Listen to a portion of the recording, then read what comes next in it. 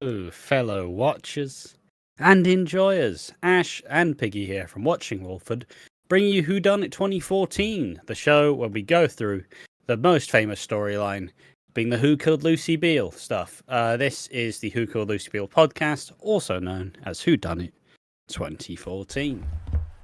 We are still rattling on with the aftermath. This one wasn't so much focused on the Who Killed Lucy stuff. But it was more focused on a bit more of the aftermath as well. You can only do so much, so we got to see a little bit different this time.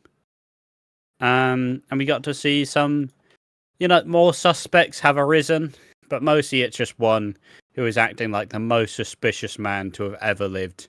It's quite impressive. It's like, oh, I didn't kill him. Why'd you have blood on your hands? Oh, I had a nosebleed. It's like, all right, mate. It's making a jam sandwich, mate. What the fuck are you on about?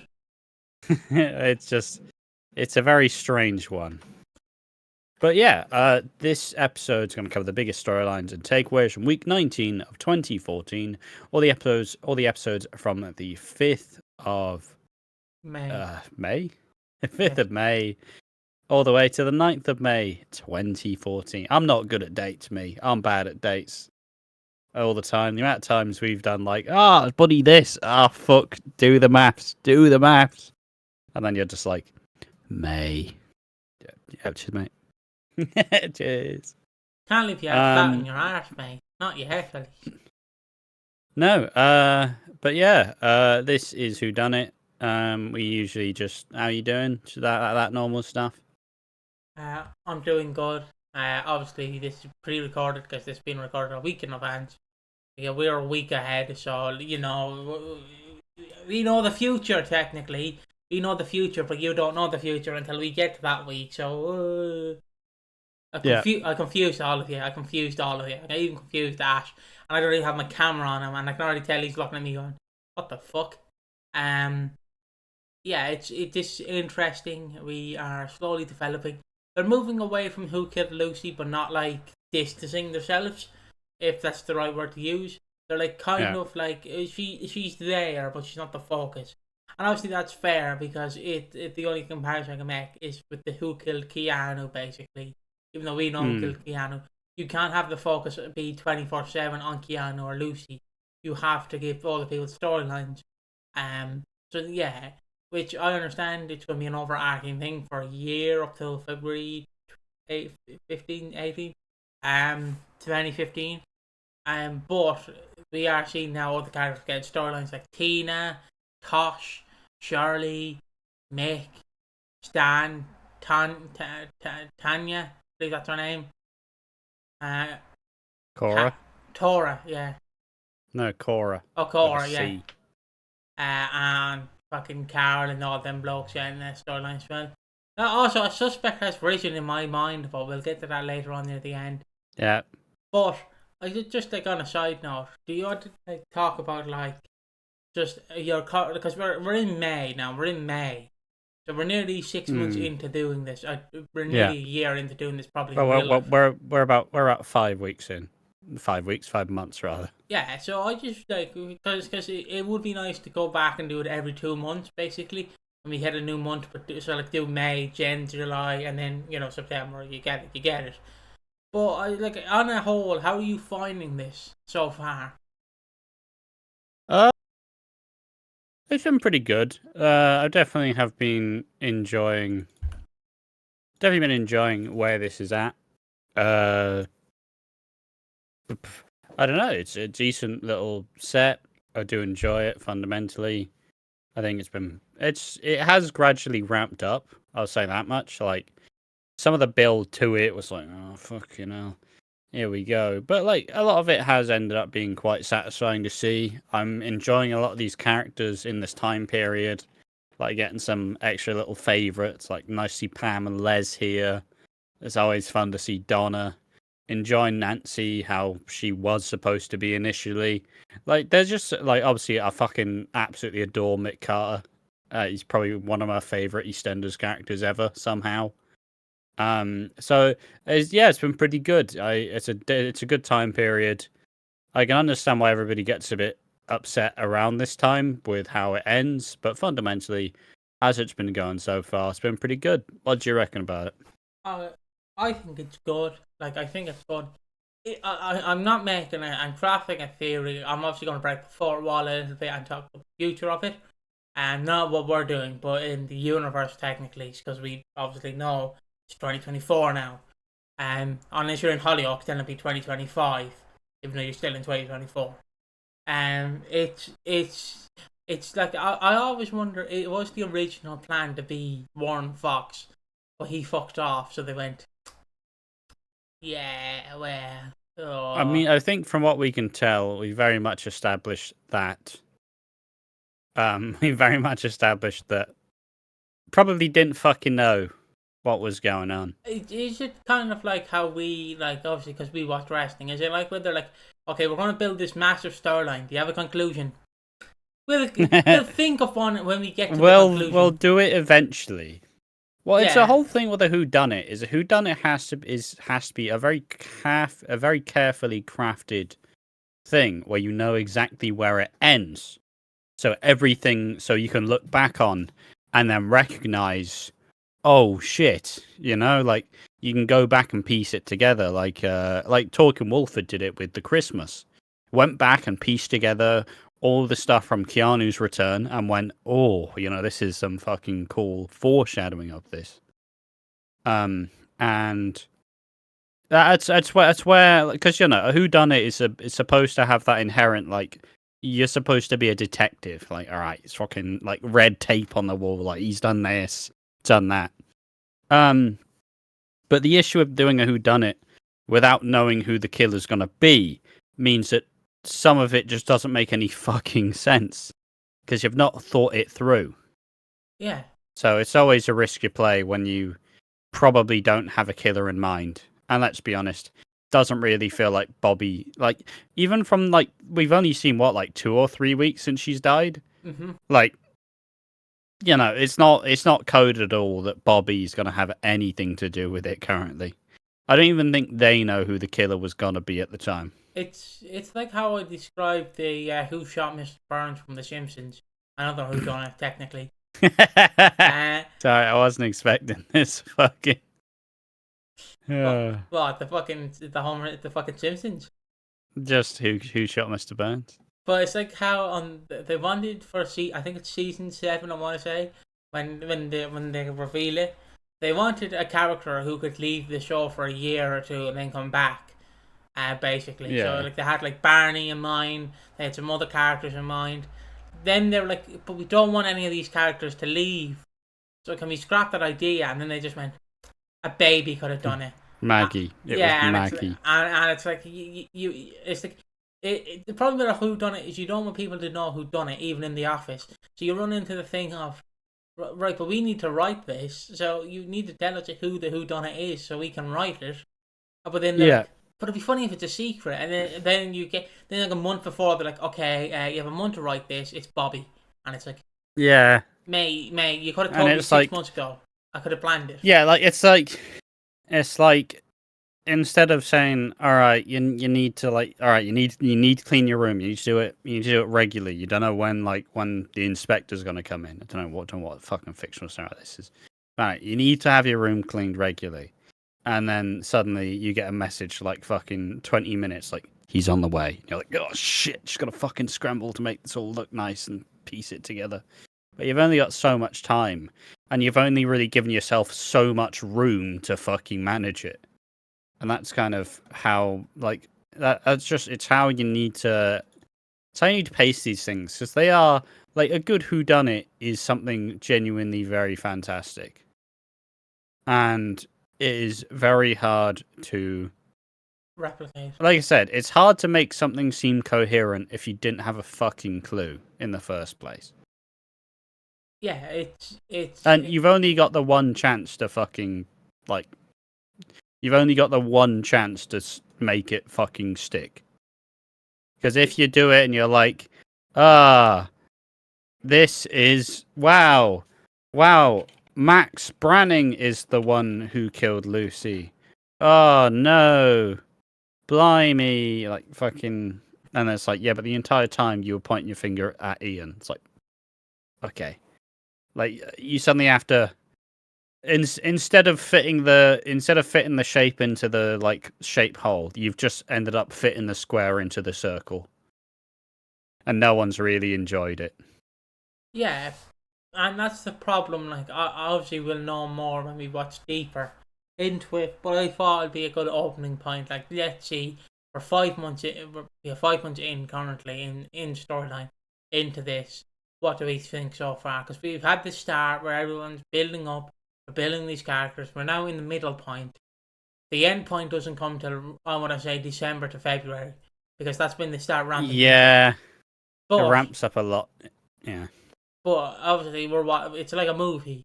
But the problem is, it's just will the execution be good?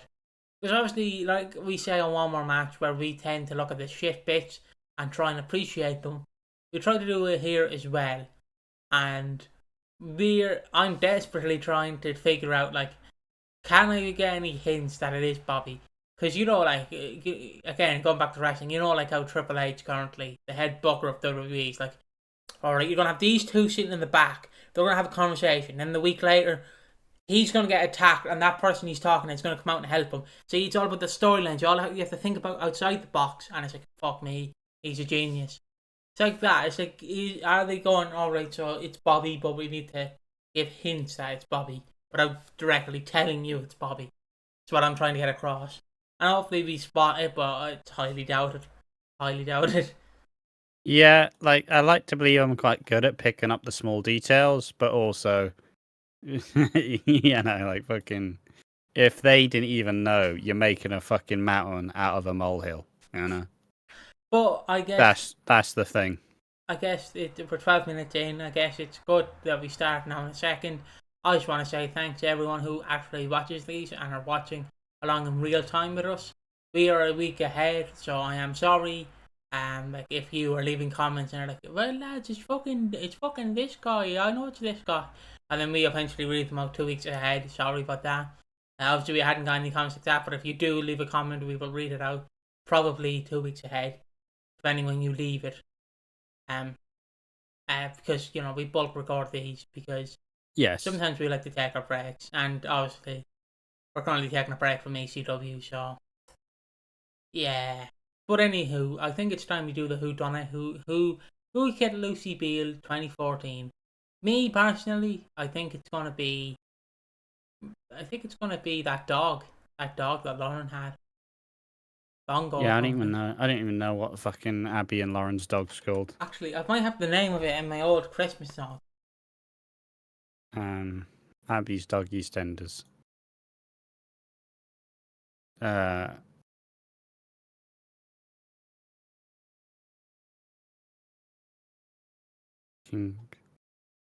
had a dog called Genghis. That's not the dog's name.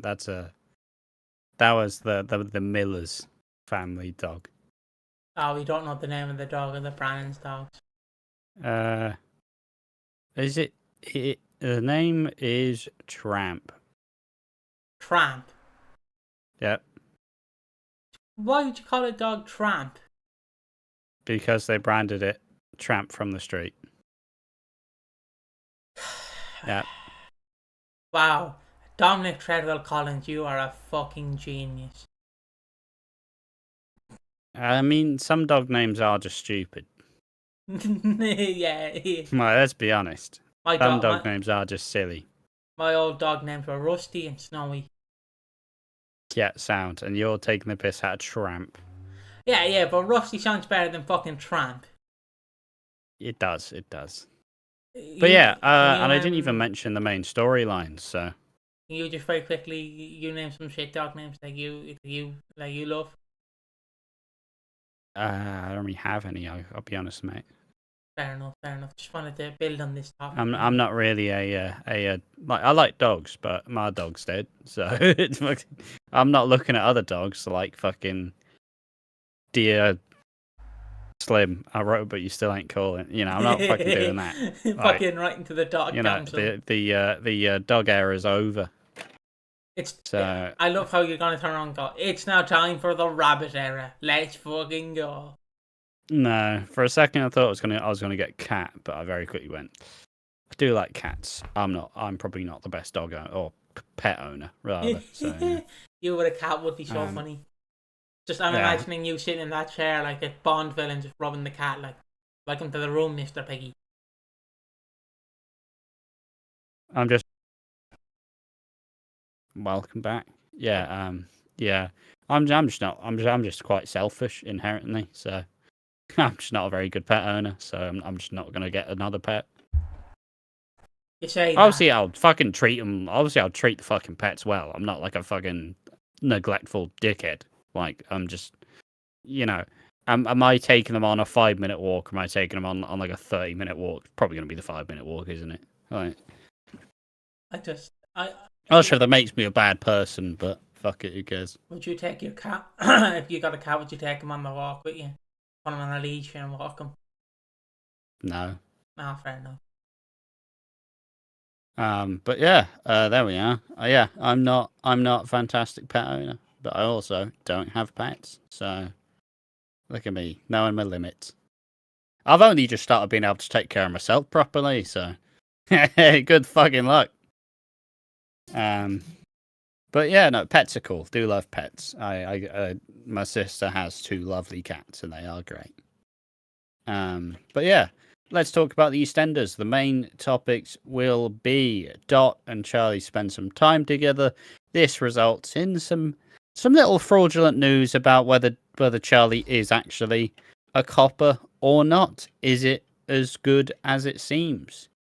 Tina moves in with Tosh, but also hides it. We also get to see her and Sonia's birthdays. 2 very different sorts of birthdays. Carol collapses, and the Aftermath. butchers and the aftermath. I don't even know what the fuck. The butchers Jacksons? and the Yeah, Jacksons. the Jacksons. There we are. They all have to deal with it, and finally Lauren is struggling, and there is a big confrontation with old Warren Fox, also known as Jake Stone in this universe. It does feel like a bit of a disservice to call him Warren Fox because he is a fucking pale imitation. I just do it so like if people click just like Phil Mitchell. I do it just so if people click on this video, oh, Warren Fox was in EastEnders. Fuck me, and then it's like, nah, it was Jake Stone. Wrong. But I just call him Warren Fox. So if I ever watch Hollyoaks and I somehow review Hollyoaks, he will be called Jake Stone on Hollyoaks to me. For fuck's sake. I'm that wanker, like when a wrestler changes his name when he goes to a different promotion. You call him by the old name, then when he goes back to the other promotion, you call him his old and new name, if that makes sense. But yeah, well, that said, let's get into the topic. So Dot and Charlie spend some time together. Dot wants Charlie more involved and offers him a key, but at the start he's really just like, I'm just so bloody busy. Oh, God, I'm so busy. Do you want to spend time with me? Fuck it, why not then? I've been up all night. Blimey. Les is startled because obviously his dodgy dealings about the fake funeral for Nick. And Dot gets upset when he buys her a shepherd's pie. With that bringing back memories of the time Nick was going to poison her with shepherd's pie, and she reminds Charlie that he is a good boy. What do you think? And then he ruffles his head. She does not. Would be funny, like. What would you do if What would you do if you came down slinging a bit of marijuana?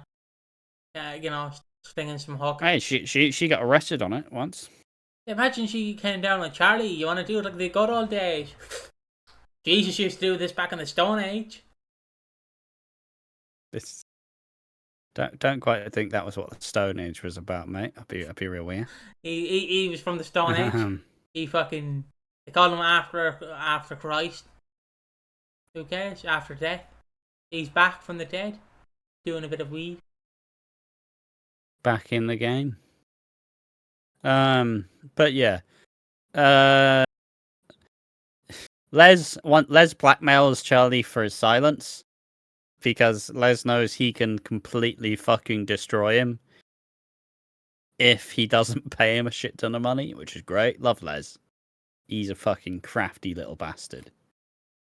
He doesn't usually get shown much of the bad side, but I do love him. And obviously, we get to see Pam and Dot kind of get to know each other. Pam is just a wholesome lady. I love her. Like, you know, Piggy always says, I want to go for a pint and a hug. I feel like everybody wishes their nan would be like fucking Pam, because she is adorable. I mean, it would be great crack, wouldn't it? Like, what are they called? The Cokers? The two of them? Yes. I think the Cokers sound like great crack, especially since there's a drag queen. That sounds even more fun. I don't know if he's ever got. I don't necessarily know if he's a drag queen. Well, if he's but he does like to dress up in drag. Yeah, if he's a sheep in a wolf's clothing, or a wolf in a sheep's clothing, then that's something. But we'll make him an official drag queen when we get to it. We'll come up with his drag queen name, the Coffin Smasher. Yeah, but how's that a drag queen name? Most drag queen names are like funny little puns. Okay, you come up with one. Yeah, but the main issue is I'm thinking of already existing drag queen names. In Hollyoaks, you have a drag queen called Anita Tinkle. It's great, you know, classic. In EastEnders, obviously, currently you have Tara Masu. Yeah, but now I'm just going to go through a bunch of the fucking... Some of the more famous ones. You have Fish and Chips. Fucking classic. Someone with Me, I'm First. Fucking great time. There's a lot of bangers, you know. The genius of drag names are unparalleled. I'm not smart enough to think of one. Obviously, but I've given better examples than Coffin Smasher. He's not a fucking Spider-Man villain. Fucking Bones Coffin Smasher. Like, for fuck's sake. But obviously, when we hit 5k subscribers, we'll enter ourselves into a drag queen show. I'm alright. Wait, how much you say? 5k. 5k. Okay, I thought you said 500. I'm like, we've already done that one. 1k is us dancing as Phil and Grant. 2k is nothing. 3k is nothing. 4k is nothing. 5. Look, if we get 643 subscribers, I'm gonna have a fucking drink of this tea. Ah, bloody hell! I wish you slurped it. Wow, that was great. No, I don't like hearing the slurping. Oh, mate, just really quickly. Did you I don't know if you've seen these Fortnite AI memes, but someone's doing a historic offense, but with Fortnite terms. Like, I mean, if it works, it works. If you are actually educating people on it, sure. But... Like the 9/11 one, they call him Osama bin Laden. Why has it got to go there immediately? And like, is there not a more fucking niche one? Yeah, I could have went for George Floyd, but I don't think you would have want to hear that one. It's called George Flowberry. Why is it all the most controversial things? Because that's what they're teaching. They're doing the most controversial ones. And Frank's I guess it's important to do. I've had enough. Fuck this world. You get me out. I'm going to do a Nick Cotton and put some fucking poison in this tea. Fuck this.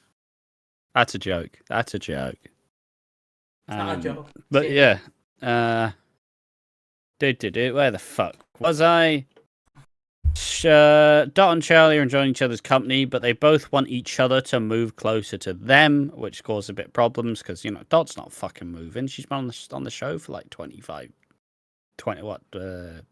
30 years at this point, roughly, yeah. Like, she's not fucking moving. But Charlie kind of wants her all to himself. Fatboy then talks to Mick, and we get the very rare but very good. This scene is why people like Fatboy, because every now and then you'd get the time where he stops all the fucking joking and he stops doing all the dumb shit, and he just goes like, "Look, I do really care about Dot. You know, she's all I got. My family don't want to know me. She's taking me in. She cares about her, and yeah, it's great. Like, you know." These are the little scenes, like they would always tease the fans of like, yeah, maybe Fatboy isn't just a clown. And it's always good when you sometimes get to break the mold and stop fucking. It's like with Kim, where I love Kim's over the top stupid humor, but I also love it when Kim actually gets to be serious. It's nice to have that duality. She is actually a human and not just a walking fucking clown. It's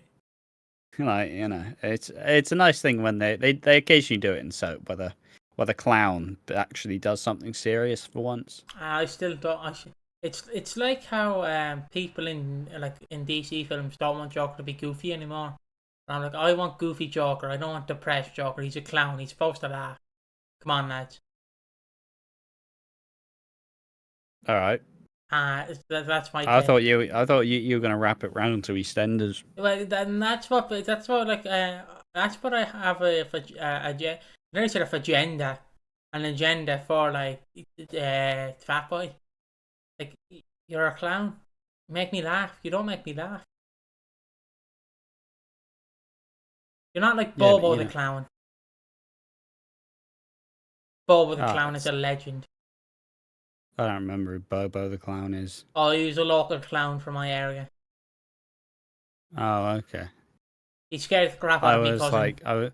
For a second, I thought you were gonna be like, that's bloody John Wayne Gacy. I'm like, why has he done that? No. He was a clown where in Wexford, my cousin, he didn't piss himself. He started pissing himself crying because he was terrified of Bobo. But I couldn't stop. I was like the 5-year-old with the drums, just fucking banging. Like, yeah, Bobo, that's my kids, Bobo, yeah, love Bobo. If someone can get me in touch with Bobo the clown, I'll be happy. I don't mind clowns, but one of my favourite slasher villains is Art the Clown. So it's kind of completely shifted everything for me, and I love Art the Clown, but fuck the rest of the clowns. So were you terrified during that 2016-ish time, where everybody's like, I've seen a scary clown? Not really. You do get that. Yeah, have you? Yeah, I've seen him. He was flaring his teeth at me, like. No, I haven't seen any clowns, thank you. Although I was slightly terrified. I just it's not even the fact that I'm scared of clowns. But I'm just scared of people in general. I remember being on Halloween and we all went out. I didn't dress up because fuck off, I'm not dressing up. I know it's Halloween and I saw this group of people behind us all in costumes. And I started getting nervous. And then someone a couple of years younger than me just went, mate, they're fucking old age pensioners, you melt. I'm like, fair enough. Fair enough. Yeah, clowns are not wrong. Clowns are not scary. I've seen that 2016 craze, yeah. Watching them YouTube videos that were faked. Well, it's not even, it's just because they would come out with a fucking weapon. Yeah, true. But clowns get a bad reputation. Clowns are funny people. There's a clown, I think her name's Bouncy the Clown, that appears on my For You page. And she's just a clown who wants to have fun, basically. She's a weird clown, I don't mind her. There's another clown that I like, but I forget what their name is. Because the clown doesn't have any pronouns, the personality doesn't have any pronouns. I think it's Bozo the Clown. I might be wrong. I know a lot of clowns online. One of them's Ash. Thank you, mate. You're welcome. I forgot what the fucking clown that I liked was called. I don't think it's Bozo the Clown. Wait, no, it is Bozo the Clown. Mate, I'll keep mistaking it with the old John Wayne Gacy clown. So maybe my head's in the gutter. What was his clown called? Obviously, the fucking serial killer. What did he call his clown? He's really looking into this. What did he call the clown? I need to know. Bobo. Fuck me, someone's written the absolute longest fucking Wikipedia page known to man. Holy shit. What was his fucking clown called? Obviously a horrific fucking serial killer piece of shit. Yeah. But Pogo! There we Pogo. are. Oh. Yeah. Fucking absolute. See you next Tuesday. I mean, Terrible human being. I mean, the one, like, if a clown come up to me with a knife, I wouldn't be scared. But he starts honking his nose, I'd be fucking pissing myself with a knife. Just honking his nose or holding a knife. Just like, I'm gonna stab What are you gonna do? Stab me? Just starts like, that's fucking horrific. Terrible scenes. I just know that it gets you every time, so there's no point in not fucking going for it. You know, sometimes you get the guaranteed laugh. Gotta take them. They can't all be fucking bangers. Imagine he stabbed you, but he kept doing clown noises, or like he clicked his. Just fucking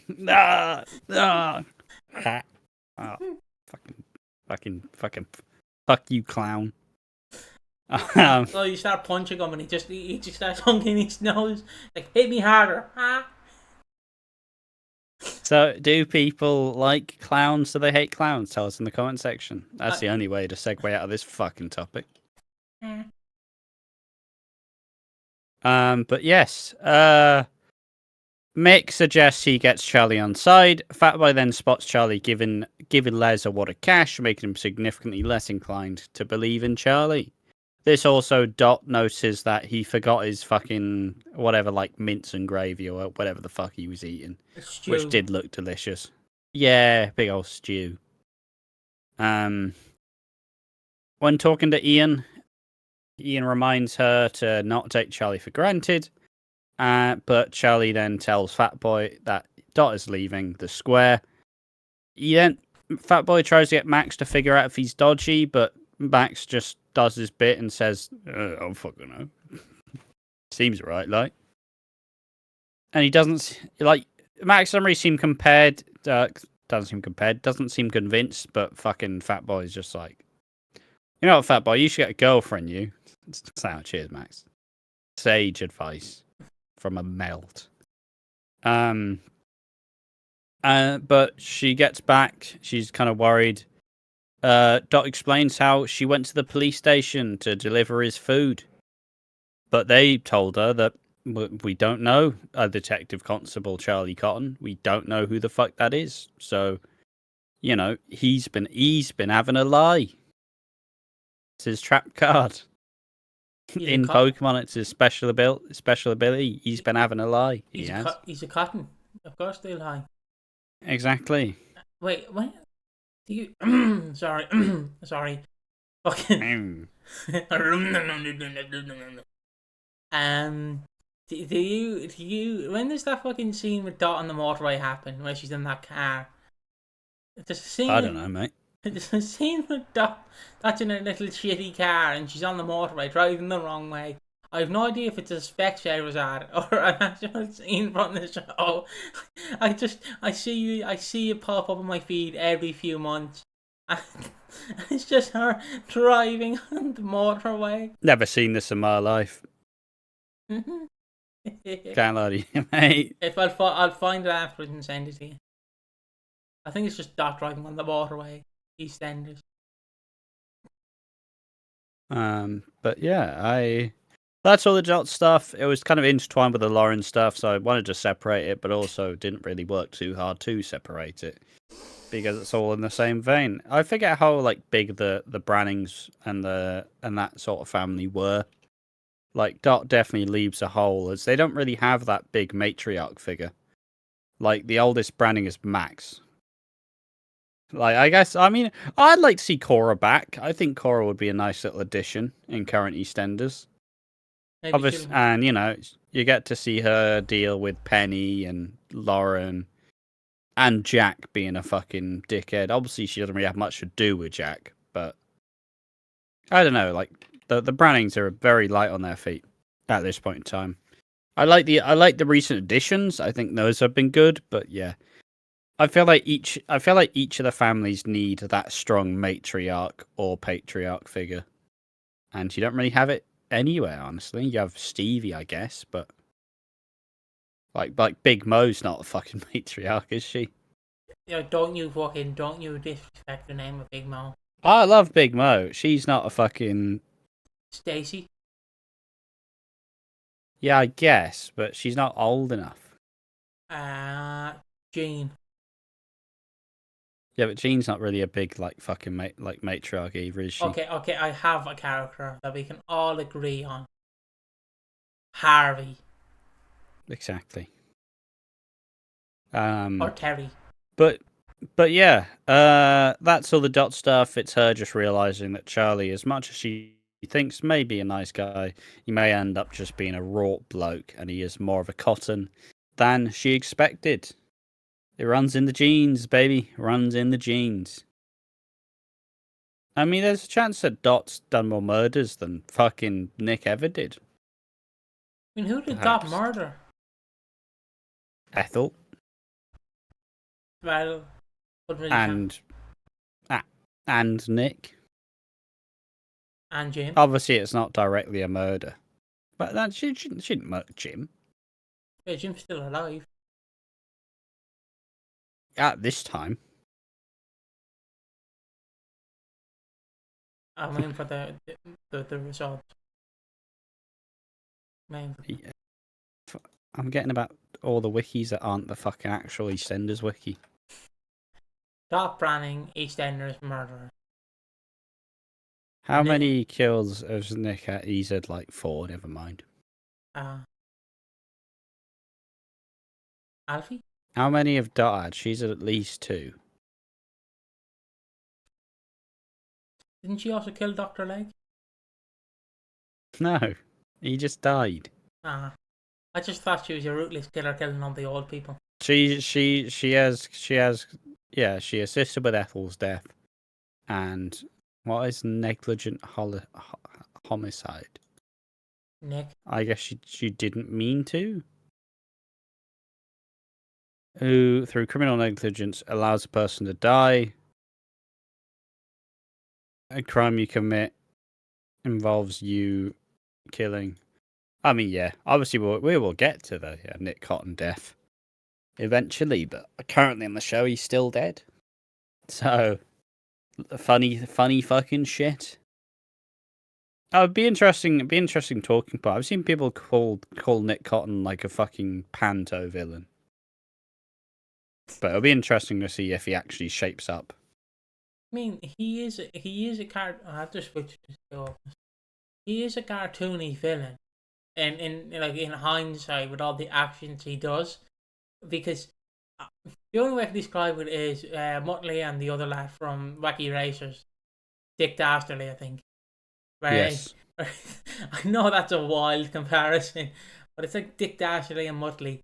Where it's like he's always going to try and fuck it up, but he's always going to try and actually win, but at the end he fucks it up. Like has Nick ever killed Dot? No, he's tried multiple times, but he's like, damn you, Muttley, and obviously Muttley's like Charlie, like Cotton, just like damn you, Charlie, and his previous son Aaron, I think it was, like he Ashley. He always like I would consider him a cartoony villain.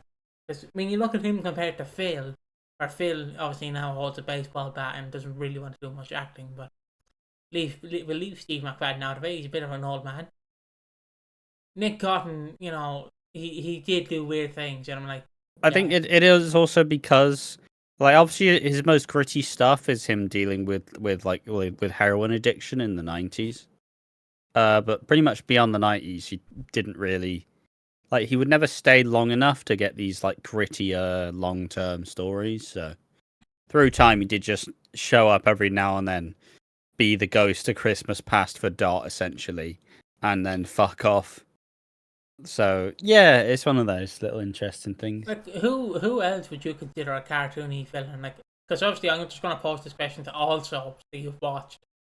Who is definitely a cartoony villain? Past or present, and present being 2024. Cartoony villain. Oh, there's so many different ways you could do it. Grey. I'd say Grey's a fucking cartoony villain. with his fucking glazed over eyes and his fucking stoic, like, wooden face. Where he went from actually nuanced, I hurt the people I love because I wasn't loved as a child, to fuck these bitches.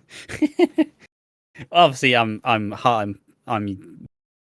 using hyperbole. I'm saying it as the most extreme, but like fucking, went from like, he had a really rough childhood. He was never really loved.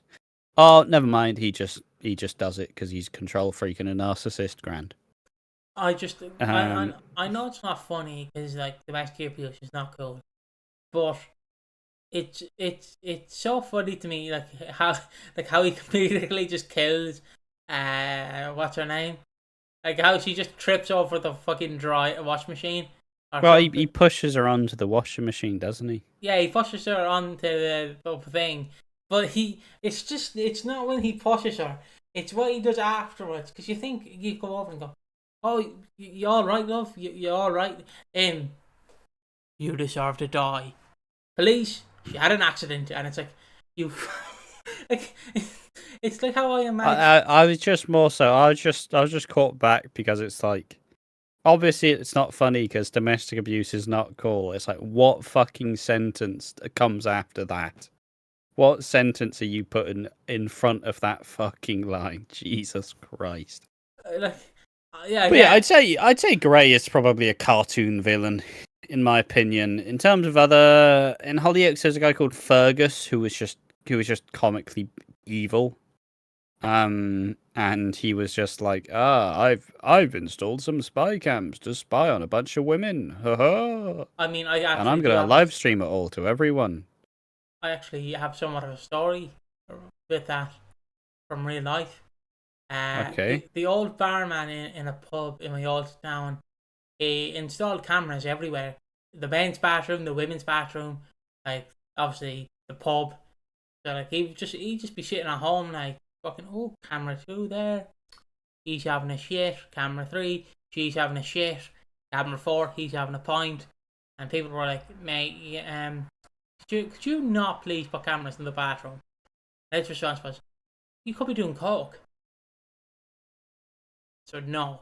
And then everyone just hated him, and the pub folded, so they had to get a new manager in. They got redone it up. The pub has like been like in and out of service for about 40 years now. Because like someone new comes in, they play with it for about 5 years, it falls. Then someone else comes in, plays with it for another 5 years, it falls. Someone else comes in and they get it. It's a repeating cycle. But yeah, the only other one with Grey that I find funny is fucking Tina's death, where he just fucking jokes her like he just that's all he does. He just like Grey, you're not that posing threatening. Like if we're looking at a real scenario, all you'd have to do is grab a lamp or something and just kick him right in the face. I know he's supposed to be this big, scary guy, but if we're looking in hindsight, she could fuck him up. Like, look at Tina. She's not the strongest woman, but she definitely could. Let's be real here. It's my opinion. We're not going to cover the Grey Atkins arc. I rather don't. I desperately fucking hope not. I'd cover it, but I do one episode on it where I just take the piss out of it because it's so stupid. Like, he goes from just being an abuser to being a killer, and it's like, she caught me red-handed, wasn't me. And like all of the fucking, and I'm pretty sure all of the death, the Chantel death is still like a really harrowing one, and that one they genuinely did very well. But obviously the Tina death from that point, just and then you have the Kush death, and it's like the tube didn't have any CCTV, did it? It's broken in it. Sound. Cheers. Fucking had enough. He attempted to kill Whitney as well, didn't he? Did he? Remember they were on the bridge fighting and he was going to throw her off it, or she was Oh. Because that's the one episode I watched when I got back into EastEnders. I watched the tail end of Grey Atkins because I was actually a big fan. Not a big fan of Grey Atkins, but I appreciated Grey Atkins. And then I just went back look at some of the old scenes, and I'm like, Do you know like when your favorite character in a TV show, like you watch season 1 and then you go, I'll watch a clip from season 5 to get a feel what he'd be like in a few seasons time. So you just watch a scene from season 5 and he's a completely different character and you're like, what happened here? Yeah, That's this how. ain't what this ain't who I remember. Yeah, it's like that's how I describe Gay Atkins, Grey Atkins, where it's like you watch him. Alright, no need for playground insults. Look at him with his suit and shit. But obviously, Pussy. Obviously, you look at him from season 1 of when he's introduced. He's like, oh yeah, I'm just a bit disturbed. I've been abused as a child. Season 2, it's like, I'm a killer. It's like, what? Fucking hate my dad. My dad is a prick. He made me who I am. Come as you are, as you were, as a friend, as an old enemy. You fucking just bang. But yeah, I would describe Grey Atkins as an angry little angsty teen listening to Nirvana. Just like, yeah, this lyric's really deep and shit. Yeah, I'm just really sad. I mean, I'm sure some people actually enjoy Grey Atkins. Grey Atkins. I don't. He's a weird time like person, if that makes sense. A time person. But he just doesn't fit into the narrative of any EastEnders era. Even the era he was in, he just doesn't really fit in. Unless you were directly watching it or like keeping up with it. But to me, he just never seemed to fit in. Like he seemed something like you'd see in the past. But I can't describe what era. Yeah. Because he just doesn't fit into that era. It's like they wanted Richard Hillman. So for context, Richard Hillman was like probably the most prolific soap serial killer in history. In Coronation Street, where he starts off, he comes across as like a charming businessman, but the first person he kills is his ex-wife, who threatens to prove that he's actually a failure and he's in debt. And so he kills his ex-wife, kills his business partner, and then does this whole plan where he wants to drive his family, who are the Platts, he wants to drive his family into like a fucking like lake canal type thing. And it's got the famous scene where they're all in the car and they like, it's like, you and me. I don't even remember the fucking song. Absolute banger. Fucking great song, by the way. And it's like he just says, I love you. And then obviously he dies. So he doesn't actually get justice whilst everybody else survives in this situation. Also killed Maxine. But yeah, it felt like they wanted Richard Hillman. But what they got was Stephen Reed, who is Coronation Street's attempt at doing Richard Hillman again. But it did end up being like Grey Atkins. It all intersects in the end. So if anybody knows those references, see if at some point, or see if I'm talking out my ass. That's my take on it. Obviously, all speculation, all my own findings, not actually factually accurate. Need to say that at the start of every video so no one corrects me. I'm never wrong. I'm always right. And if I'm wrong, you're wrong. I'm right. Exactly. But yeah, so fuck. How do we even get to this point? We were talking about what were the comedic villains? Yeah. Like, do I have any other interesting ones to wrap it back in? I kind of see Lucas as a bit of a comedic villain. This is a priest. But that's mostly just because he has some of the silly scenes. Like he is a man of God who is killing people. And just for the going to do to me, Mr. Johnson. Obviously, Ben Mitchell's a bit of a comedy villain, where he does, you need slapping down. Ash, I wouldn't go that far now. You're going to upset the fandom. He's a brilliant villain. Don't worry. Ash is just talking over your ass. I apologize. Vigilante Martin. There we are. That's a comedic villain. That's a comedic villain. Keanu. There you go. But yeah, we are.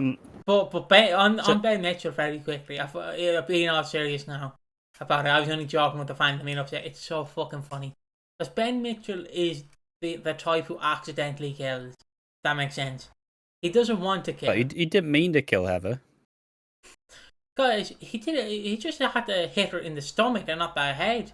He would have survived. But like it was such a Ben Mitchell thing to do, where Ben kills Heather because he feels like she's ratted on him.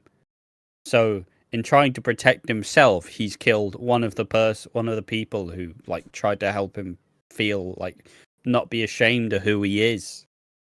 So he's gotten rid of one of his like best mates essentially, and it was Ian who fucking ratted about anyways.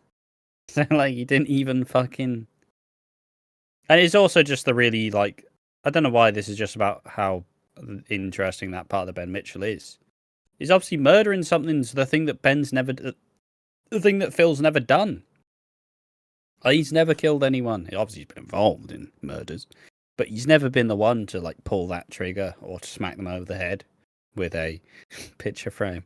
But like, you know, it's a thing that Phil's never done because he's, you know, he likes to believe he's better than that. He wouldn't do it. He's not got the bottle. He still feels guilty about about killing the homeless guy in the fire at the car lot back in the 90s. So, like when Phil quickly realizes, oh shit, this is my fault. It's really good, great stuff. I love fucking like I love that like Ben Mitchell just being an accidental serial killer because it's like how Bobby. Finally, and the genuinely most comedic serial killer in soap is John Stape. All right, if you don't know who John Stape is, he was in Coronation Street, and he just kind of accidentally became a serial killer. Like, he was just involved in a bunch of deaths that he didn't really mean to. Where the first one is he smacked a woman over the head who claimed he was going to have an affair, and he smacked her over the head, but with a little shitty hammer. That was intentional. Then the next guy, because he stole a guy's identity because he wanted to become a teacher, but he had an affair with a student. And so this guy confronts him, but then he just dies on the spot. Like, I think he's just been battered and he just dies, so he has to hide this body because it looks like he killed him. Oh, mate, John Stape's an absolute fucking trip. He's so ridiculously campy. It's fantastic. I was gonna say... I'm pretty sure someone compiled it, and I think they call it something like the life and times of John Stape or something like the amazing life of John Stape. How long is the video? Where there's a fucking whole series. There's about like 40 parts. Oh, but I know it's fantastic. I know what we're feeling there. Like it's like he has an affair with a teenager, like with a fucking with a student, and he only gets found out is because he accidentally gives the presents to the wrong people. So like, fuck, what's he actually give? I think he gives his actual girlfriend like some like chincha or something, like something really shit. And obviously he gives the person he's having an affair with like something all sexy. And so he just gets caught out for that. He's so absurd. What was the time frame he was in? So I know, this is around 2009 to like 2011. Oh, he was there he was there from like 2007, but yeah, he's fucking absurd. I love him, but he's so shit. Great stuff. Love John Stape. Would Bobby Beale count as a comedic one? I mean, with how they treated him, definitely. Because it's just I only know EastEnders, but I'm probably gonna watch the John Stapes one. Because fuck it. Oh, you will enjoy it. It's absurd. Because I love shitty fucking villains in soaps. Because not everything has to be so real. You can have a bit of fun. Yeah, Obviously, you don't want them to be like Deadpool breaking the fourth wall, going, "We are in a show." But I fucking love like comedic killers who are just silly. And not in real life, of course. Not in And real there's life. also a recent one called Stephen Reed, who is like he's supposed to be this like charming businessman, but he's also an American. So everything he says just sounds fucking ridiculous. Because everybody on Coronation Street's Northern, so it's like, oh, I need a brew, just fucking, and then you have him like, God, and he's having all these like loud fucking reactions. There's one fucking clip where he gets angry, so he like fucking, you know that scene in Matilda where Miss Trunchbull fucking sends someone flying by their pigtails. Well, he does this with a fucking wheelie bin. Oh, it's fucking hilarious. Send it to me. Send it to me. I hated it at the time because it was shit, and I was not.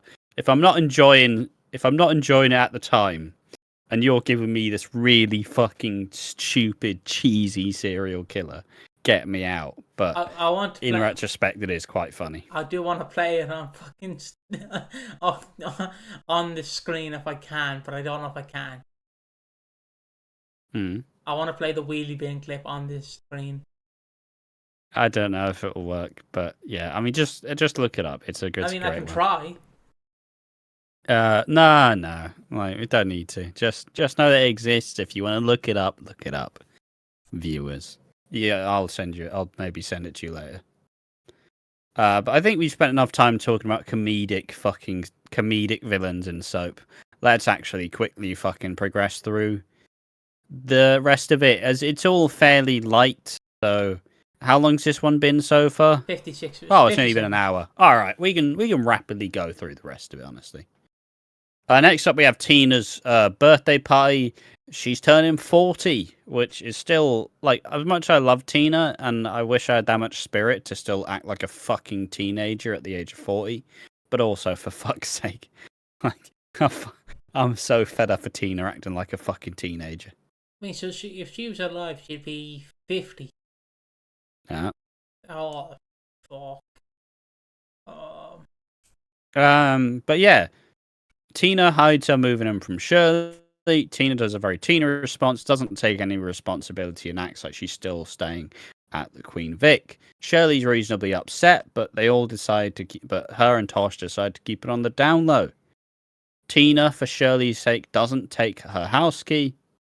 You also get Alex being an accidental, like, I don't call him a bigot because it's probably a bit strong, but I don't think he quite understands that lesbian relationships can actually be proper relationships. I think he still thinks it's like, what, so you guys just hold hands and stuff? He's not a bigot. I wouldn't describe him as a bigot. And I know it sounds weird describing a man who's stealing money from punters, but he's not a bigot. I think he's more. So I describe it more like accidental racism, right? Yeah. He's like your uncle who doesn't mean to be racist or homophobic, but he's like, those fucking gays coming into our country. I love them, but fucking stealing another man from us. I wish I could get that ass. And it's like, are you trying to be homophobic, uncle? No. And I'll bet he just gets those tight fucking dicks. Oh, that juicy fucking. Oh, he's gay. He's gay. He is. Oh. No, it's just like he was just confused at the concept of cohabitation. It's what, you guys live together and stuff? Yeah, just like any other couple. Oh. It's like trying to explain a video game to your parents, essentially. So you just go around killing people in this game? Yeah, ma. Yeah. Oh. Wow. Can I slap a bitch? What, ma? Can I slap a hoe? Like, where did you learn this slang? Don't worry, the HUD got me. It's like playing GTA at a young age. Yeah. Where you just hear some stuff and you obviously repeat it and you don't know what it means. And you just have like a family member be like, what the fuck oi, you don't know what that word means, don't use it. It's like you use the word cracker, but you use it like you try to use it as a term. To be like, what's up, cracker? And then someone's like, you're white, you can't use that word. Well, you can use it, but it won't sound cool coming from your mouth, dude. I never had that conversation. personally. Me either. Never me. Never happened to me, of course. That's what that sounds like. But yeah, he's not homophobic. No, he's just confused. he's not homophobic. His morals are straight. Well, yeah, that's a reference. But yeah, I don't think he takes lesbian relationships particularly seriously. Like if he was in a pub, right? I know he's in a pub. He's in the Queen Vic.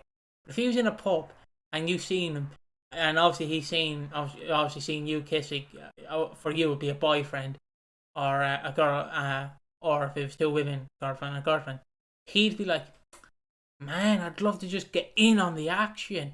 Oh, and it's like, oh, are you all right there? I don't get it, but they should share it with me. And it's like, if you say so, Pat. Like that is what he is. But anyways, continue. Yeah, there we are. Nancy feels put out, and Mick wants to box out their feelings. Nancy absolutely fucking leathers him one. That was very fun. Just absolutely twats Mick in the face. Great stuff. That's the writers trying to that's the writers trying to explain how in 2022 they were going to ruin Mick's character and break up him and Linda. What do you mean you're not staying? Well, you fucking did everything I'd said you didn't want to. Fuck off. Cheers, guys. Tosh is planning Tina's 40th, but doesn't want any of the family involved. They interrupt them about to shag with a surprise, and it's the most Shirley surprise. It's like, surprise. It's fucking great. And this wrecks Tosh's plans by having a big party in the Vic. They want to have a theme party, but Shirley and Tosh fight back and forth. Tina wants Sonia to buy a drink to celebrate both their birthdays. Tosh causes problems with Shirley, and Dex fucking hanging around the barrel stall. Nancy twats him in the fucking mush, which was kind of funny. It's like, intruder, smash! Like, oh, sorry, my bad. Smash! Just fucking twats him one. It's a good time. They end up sharing a kiss. It's like, look, do you like me or do you not? If you do like me, stop fucking at me, please. you just tell me. You don't need to smack me to prove your point, for fuck's sake. I just want to know, what is your favourite comedic punch or accidental hit or folly in like soaps or TV show? You make it sound like there's a big fucking category. I couldn't really I don't fucking know. Because mine's obviously the one in betweeners, but they fucking absolutely folly the poor woman in the chair with a frisbee. And like they had to do it multiple times, so you had to like stand on the poor guy.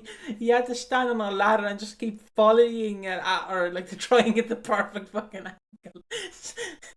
Don't buckle to me. Never knew that existed. Because it's not the fact that Will hits her in the show. It's the fact that guy has to stand on a ladder and he's like, hold on, I just switched to the other. He's just like, whoa. It's like, I couldn't do in betweeners again, me. Hey, it doesn't hit as well. Years on. It doesn't, but that clip will always buckle and he's just the guy on the ladder. Just, are you ready, love? I never knew there was a guy on a ladder fucking twatting her with a frisbee. I think he's on the ladder or something and he has to throw the frisbee. And she's just like, you alright, love? Yeah. Can I do it again? Yeah. Yeah, Sonia and Tina talk through their issues. She explains how she isn't coping with the cancer gene. They get closer and closer. Tina decides she ought to move in with Tosh, but also recognizes that, look, Tosh, you have to make friends with my family. I will continue to be here. Warren Fox, Jake Stone, relapses and drinks all of Tosh's beers, and they then plan to have a housewarming as Tina moves in. Tosh is startled as Tina is fucking messy as shit. But through time, they gradually get through their differences, and they all like toast the room. It's great. Blah blah blah. Still hate Tosh. Tosh is an absolute cow. But at least at this current point in time, she isn't actually doing anything bad. Like, you know. Next up, anything about that? Tosh is a wanker. That's all I can say. Also, I loved Shirley's cosplay that she did. She came out with a big wig on her, and they had like a 70s themed party. And I was waiting for someone to rock up in a party bus outside, rock up in a party bus. Love Mick. I don't know what Mick was dressed as, but A gay police officer from the 70s. probably. Johnny dressed up as well. Everyone dressed up bar Shirley. I'd let him pull me over. Blimey. Pull that fucking badge on me there, boy. Who were my mucker? Love that arse. That's fucking. I love the stupid farmer accent. It's what I'm supposed to sound like, and I spent so long being like, no, I can't. But obviously, it's so funny because I've been going on walks lately, and there's a lot of farmland around me, unsurprisingly. But obviously, I don't want to go on the farmland because I imagine if I'm trespassing on some farmland, I imagine some farmer being like, "Hey, hold your fucking horses there, boy. I've got me a shotgun, I have, and I will fucking use it if you step one more fucking step on this field. So listen here, my mucker. Turn around and fuck off." I'm like, that's just what I imagine. I'm never doing it. The one thing I need to imagine is him doing the Taken line from fucking Taken. I will find you. I will kill you. I don't know who you are, but I will find you. It's just it. In a farm. Oh, blimey. Oh, fucking hell. It's just imagining famous quotes in that fucking farmer accent. But that's how I imagine Alex was with Mick when he was the police officer. I'd let him pull me over, bend me over the bar and spank me, arrest me. Oh Alex, are you alright there? Yeah. Put them fucking handcuffs on me right now, sir. It's just, I love it through time. It's like even when I hear like a farmery accent on TV, I'm like, fucking yeah. Yeah. I could never imagine like a farmer accent, or like if a farmer took a role seriously. If this makes sense, he took a serious role, and I couldn't imagine like him in EastEnders doing a fucking "I killed Archie Mitchell" kind of line. Like it just wouldn't work. Right, it was me. I killed Archie. It's like the amount of times because one of my brothers, has slowly gotten more of that accent. So and most of it comes out when he says something with an R. So some people be like charm. It's like, oh fucking hell. Wait, what's happening here? Can we recreate the cat fucking thing? You be cat and I be sorry. No. Come on. This podcast has gone long enough. Just one more. No, we've teased it. We can get back to it some other point. Okay. Alright, so Carol collapsing. Carol collapsed at the end of last week. Turns out she has an infection, which could kill her. This brings Sonia and Bianca gradually together. All this while the car lot has been vandalised, Max is burying his head in the sand, and David clears up the mess. Liam finds the deleted CCTV footage that Max tried to hide, and he sees the footage of Max grabbing her arm on Good Friday, the day that Lucy died. David confronts him over the footage, but he feels like he's been made a mug and wants to take it to the police. But when he goes to see Carol, she gives him some home truths and helps him realize, look, I could be dying. I'm fucking terrified. I know you're struggling as well, so let's deal with it together. David then decides to help Max and plans to burn all the evidence at the allotments, which is a questionable move, but fuck it, who cares? Carol wants to kickstart the engagement and plans a meal out at the West End. She explains how it's about having her choice and wants to get married. They celebrate Sonia's birthday and have a set date, the 27th of May. Carol's wigs arrive and David is seen to be avoiding her, but says we have a wedding to plan for. He avoids her further by going for a takeaway, and David finds himself sweet-talking Nikki, that being Terry's ex-wife. as she's been set down on the ground. It seems like she's been made redundant from actually being an air hostess. Now she's just like, oh, just get a different job in the air flying industry. I don't fucking know. She's getting a job as a ticket master. Exactly. Some people will probably get off on the power. My job title says master. Oh. Don't talk to me like that, peasant. You say, I'm scared of you. Please take that. Nikki goes to kiss him, but he refuses while Liam witnesses this through the window. He sweet talks Carol round as Liam contemplates telling the truth and believes that David is having an affair. I would be uncomfortable at how close Nikki and David are, knowing David's history. I'd be like, don't you even fucking consider it, Buster. Isn't David like 60 here? Yeah, he's probably like 50s. Yeah, she's like 20s, 30s maybe. Yeah, it's probably not that old. I mean, probably not that young, rather. I'm just David, leave me alone. Like, I don't know why people want David to return. No, I do like him. I do think he's a good character to have on the show. Yeah, but he shouldn't be around for long. He should only have a short stint. Yeah, he definitely outweighs his. He outlives his kind of stay. Yeah, he outstays his welcome. Whatever the fuck the phrase is. Like I do think he is very interesting, and I think the actor's really good. But yeah, the David character. They just want to keep him fucking running in circles again and again. It's like, oh, you and Carol are happy. Ah, just kidding, lol. Sound. Ah, you and Carol are happy. I'm running away again. Ah, fucking hell. Come on, David. Please just be consistent.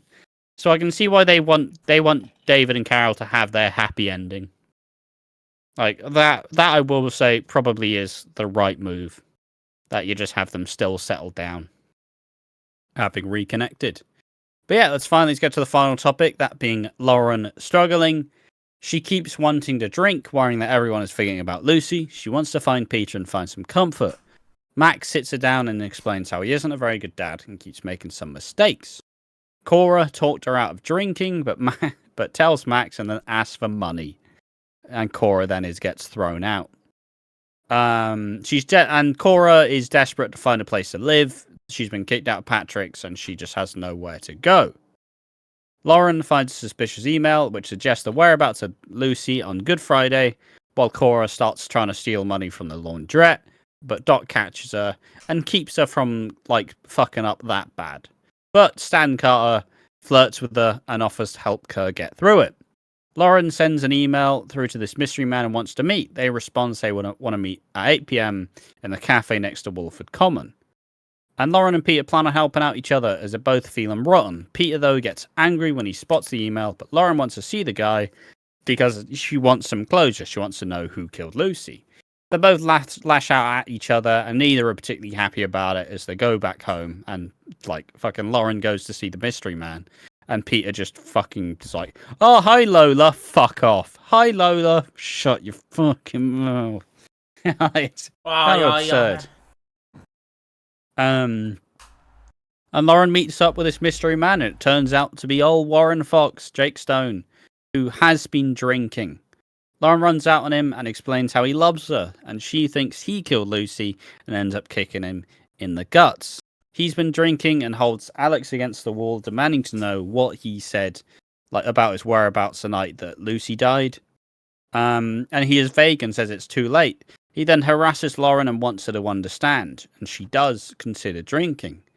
He explains how he used a fake name to email her when they'd arranged to meet. He found Lucy, she put him in a cab and got him back to the flat. He explains that was the last time I saw her. He fully explains how he did nothing wrong, and his story starts to unravel. She wants to believe that he murdered Lucy, and he doesn't do a very good job of arguing against it. But in the end, Alex fucking catches him and fucking takes him home. So there we are. That's all that stuff. Yeah, fucking, I'm not surprised people think that Jake Stone was, like, obviously, I'm not going to do 3 prime suspects this one, because there is just one prime suspect this week. And that is Jake Stone, he's unraveled, he's drinking again, he's relapsed, and he's being the most suspicious motherfucker you've ever seen in your life. Like, he can't give a coherent answer as to where he was or what he did. And it really makes it seem like he would have been the one to kill Lucy. He seems like he could have been obsessed. If he fell off the wagon, she knocked him back. There's a chance he could have lashed out. In this episode, we're seeing that he's not entirely against like putting his hands on a woman. Like, at this point, he is prime suspect number one. I have 3 suspects. 2 of them are the same, so I'll just lump 3 and 2 together. Max Branning and David. David. I don't know his last name. David Jackson. David Carroll. Wicks. David Wicks. Oh, sorry. Thanks. Simply because they burned the evidence. And I know people are going to go, but that's not suspicious. Yeah, well, if your friend is who allegedly might be cooperating in a murder and you help him get rid of the evidence, then it's a bit fishy, isn't it? Even if you weren't involved, it's just like, shouldn't have done that, mate. You've just fucking got yourself into trouble. Like, obviously the evidence would make Max look better. I don't feel like that evidence is fully gone. I can't lie. I feel like David's probably backed it up somewhere. But yeah, fair enough. Number 2? Number 2 is David Wicks. Oh, okay. And number 1 is obviously Jake Stone, Warren Fox. Simply for the fact they've just done such a bad job of making him feel convincing. I love how Ash went. I think you went somewhat with like, how does he seem a bit suspicious? And I went, well, if your brother got murdered, and then I suddenly text you in a burner account going, look, I've got some whereabouts where your brother was the night he was murdered, and then we meet up, and you're like, and I'm like, yeah, I know what happened to your brother. He got me a cab. He brought me home. Did you kill him? Did you have a tight ass? And it's like, oh, well, you're not telling me. Did you kill him? Yeah. Did you see the horse racing there on Saturday? It's like, yeah, you're gonna obviously be like, that's why I like to imagine the original pitch was Warren Fox, but Warren Fox just went, lads, you're doing nothing with me. Can I just fucking leave? And then yeah, it's still so criminal how fucking undervalued he was. I mean, I made this hot take a while ago, and it was mostly inspired by Danny May, who's an absolute Warren Fox stan and enjoyer of the channel. Phil Mitchell has become a pale imitation of Warren Fox for like the last decade or so. And I feel like Warren Fox is probably like top 3 in soap hard men of all time. So seeing him as like fucking awful shit, like drunk, like alcoholic Jake Stone, who has no presence and is just an extra pair of hands. It's fucking criminal to see how badly they mismanaged him. It's like when your favourite character you like gets recast. So they bring him in, but they can't bring... Obviously, you know them for a major role that they were in before. And they're like, we could put you in that major role and just call you a different character. Or you can just put this little outfit on that says you are adopted. Yeah. And you're a dunce. And you can laugh like a little clown and dance like a fool. And it's like, but you seen me on the other show, lads. You know I was good like in my role. It's like, you are, but we think you're bigger than the show, so you're being fucking... Get on that fucking peg there, lads. Like, all I'm saying is, obviously Jamie Lomas, the actor, is leaving Hollyoaks because, Hollyoaks going through some shit times. I'm not saying you've re-established the Mitchells as this fucking serious family. You're telling me you couldn't bring Jake Stone back with a fucking vengeance? Because he gets implicated in the murder because of how fucking sketchy he's acting. And then gets taken away and then he never returns. It's like, you're telling me he couldn't come back with a fucking vengeance and actually act like Warren Fox in EastEnders, taking it to Phil, taking it to Teddy, taking it to all the Mitchells, seeking revenge on Lauren. Like, imagine the scenes. It's not It'd be gonna absolutely happen. fucking great stuff. It's Not not going to gonna happen, happen. of course. It might, depending if Chrissy C is actually a good fan. I can't really say Chrissy C because people think of Chrissy Watts, who is coming back. Obviously at this time she's a lovely person. Nothing bad happened in 2014 with her. She's a lovely person at this time. But 2024, she seems like a horrible person. But anyways, Jake Stone, Warren Fox, yeah, he's number one. It's how like only you'll understand this reference. But it's how I felt. For fuck's sake, I love these. It's how I felt whenever one of my favourite wrestlers on NXT, which was a developmental brand for WWE, was called up to the main roster, and it's like, oh, Keith Lee, you're this impressive big man who can fucking wrestle. You get a tank top on you, and, you know, just, you're going to wrestle 5 minutes and job out. And it's like, but you've seen me in NXT, I can be like your world heavyweight champion. You know what I'm capable of doing. And then you obviously had Vince going, yeah, you're fat, we don't like fat people. Put that fucking tank top on. And it's like, oh no. Like, obviously, I have more examples like Adam Cole. He wanted him to shave his head and be a little manager. And I'm like, oh. Yeah, it's just criminally underused. And that's how I describe Jake Stone as a character. Like, even from what I've seen of Warren Fox, like actual Warren Fox, not Warren Fox in EastEnders, he seems like a good character. Like, I would make him like a rival to Phil. But at the same time, do you want him to outshine Phil? That's the thing you want to. I mean, Phil's old now. Like, yeah, but do you want him to outshine? Like, obviously, I don't like. Obviously, Phil's barely going to be going toe to toe. He can't do it anymore. Good. So you need the young blood to fucking take over. Or he could come back and be revealed as another Mitchell. Probably could. Like, would be hard to write around. Obviously he could just be like, well, I was Jack Stone, but I was faking my identity.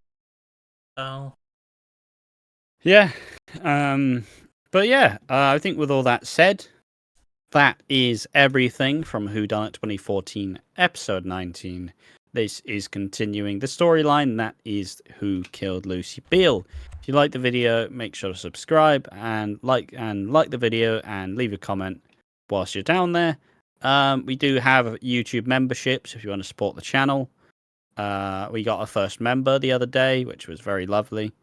I think they're called Belinda Slater, so thank you. If you want to get in contact with us and tell us what sort of stuff you'd actually like with your money, because not really actually thought it out too much. We do have a Patreon, but fundamentally I think the place where you should go the most is our Discord server, where we do generally have conversations in it during the week talking about what we think about the EastEnders. But yes, thank you all for watching.